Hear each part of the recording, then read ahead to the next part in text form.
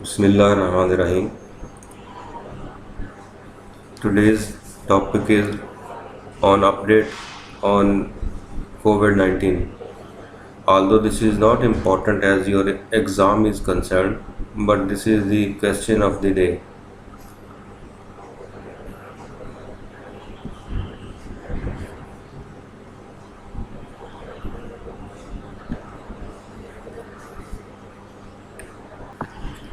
Actually, I received this newsletter from Medscape that contains a quiz to check your knowledge regarding the severe COVID-19. If you are a subscriber to Medscape, you may have received this letter. I am giving you the details of this letter in this slide.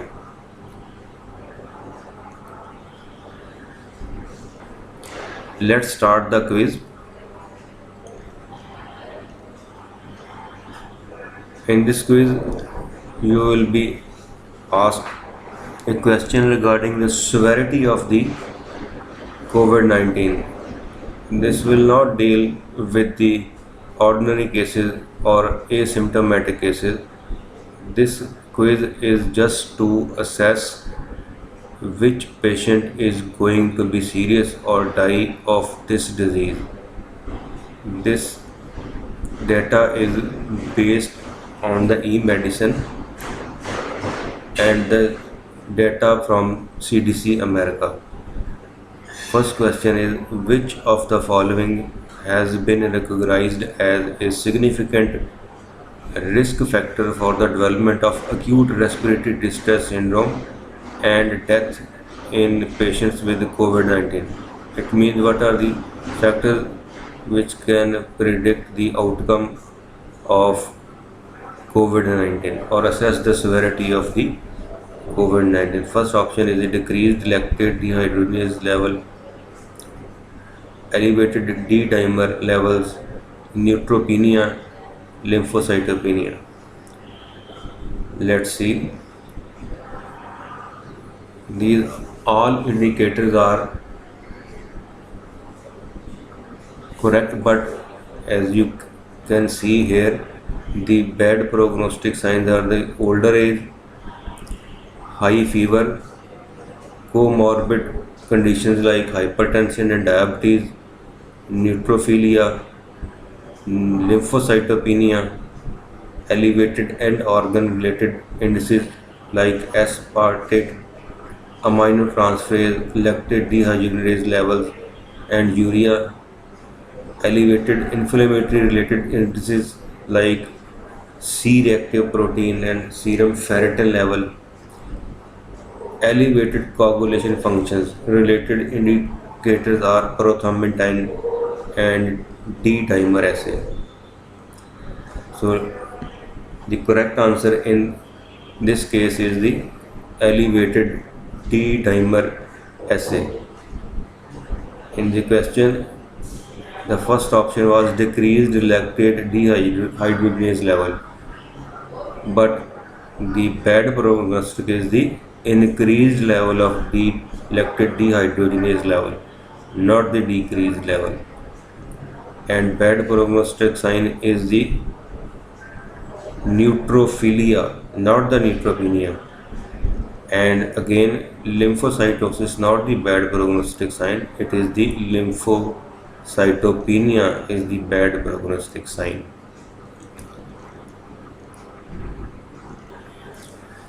So if you do these routine investigations in suspected patients of COVID-19 who are having respiratory distress, you can assess the outcome or the severity of the disease. Let's go to the second question. Which of the following most accurately reflects the estimated incubation period of COVID-19? Within 24 hours. Second option is 3 to 4 weeks, 2 days to 2 weeks, longer than a month. Let's see.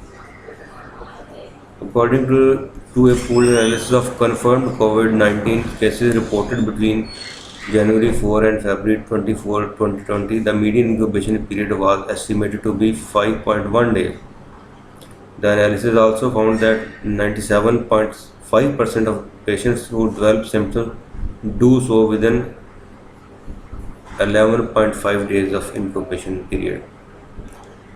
The transmission is believed to occur via respiratory droplets from the coughing and sneezing as well as other respiratory pathogens like other pathogens. So the correct answer in this case will be 2 to 2 weeks. The incubation period is between 2 days to 2 weeks. The third question is which of the following is the most commonly reported clinical finding in patients with COVID-19? Is it sneezing, hypotension, diarrhea, or fever?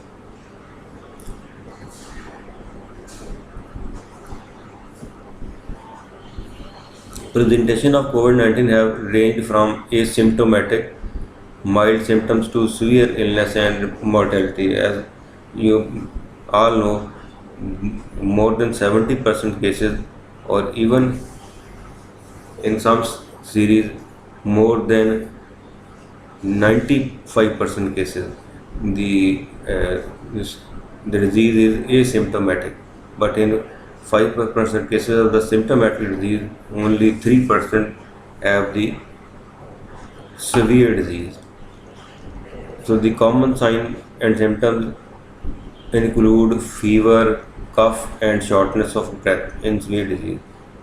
That the most common clinical finding was fever. It is seen in 98% of the cases. Cough in 76% of the cases, and myalgia and fatigue in 44% of the cases. Headache, sputum production, and diarrhea were less common, but in children, the diarrhea is seen in most of the cases. The clinical course was characterized by the development of dyspnea in 55% patients and lymphopenia in 66% cases. So in this case, fever is the correct answer. Fever is the most commonly encountered clinical finding in cases of COVID-19. The fourth question is of the following, which diagnostic test has been more commonly used in the diagnosis of COVID-19? Is it immunofluorescence assay? Is it real-time reverse transcriptase polymerase chain reaction? Virus isolation in cell culture? Viral antigen detection test? Let's see. A real-time reverse transcriptase polymerase chain reaction is considered to be the gold standard in the diagnosis of COVID-19. By immunofluorescent assay, you can assess the antibody response to the COVID-19, but the false positive results are more.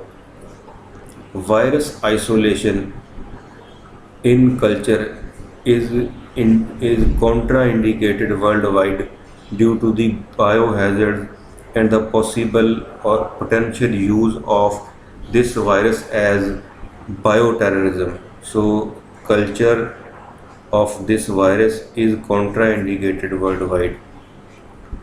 So the standard test is the real-time reverse transcription polymerase chain reaction. And the fifth and the final question is which of the following is most accurate regarding the treatment and prevention of COVID-19? All number one, all individuals should use contact airborne and droplet precautions before entering a room with a patient who has confirmed or suspected COVID-19. Second option is interleukin inhibitors are contraindicated in patients with serious COVID-19 infection. Alcohol-based sanitizers are wholly ineffective in the prevention of COVID-19. And the last option is a combination of zanamivir and paranamivir. These are antiviral agents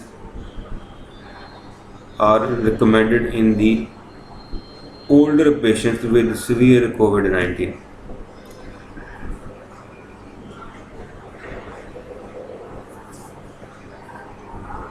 Up till now, there is no specific antiviral treatment is recommended for the COVID-19 in patients. Injected patients should receive supportive care to help alleviate symptoms. Organ Vital organ function should be supported in severe cases of COVID-19. No vaccine is still available for this disease. Although interleukin 6 inhibitor may ameliorate severe damage to the lung in many cases, but the further investigations are underway. Hand washing with soap and water for at least 20 seconds if is the standard precaution. If soap and water are not available and hands are not visibly dirty, an alcohol-based hand sanitizer that contain at least 60% of alcohol may be used. However, if hands are visibly dirty, always wash hands with soap and water. Individuals should avoid touching their eyes, nose with mouth and unwashed hands. So in this case, the first option is the right answer, which says all individuals should use contact airborne and droplet precautions before entering a room with patient who has confirmed or suspected COVID-19. Interleukin inhibitors are not contraindicated, but they have role.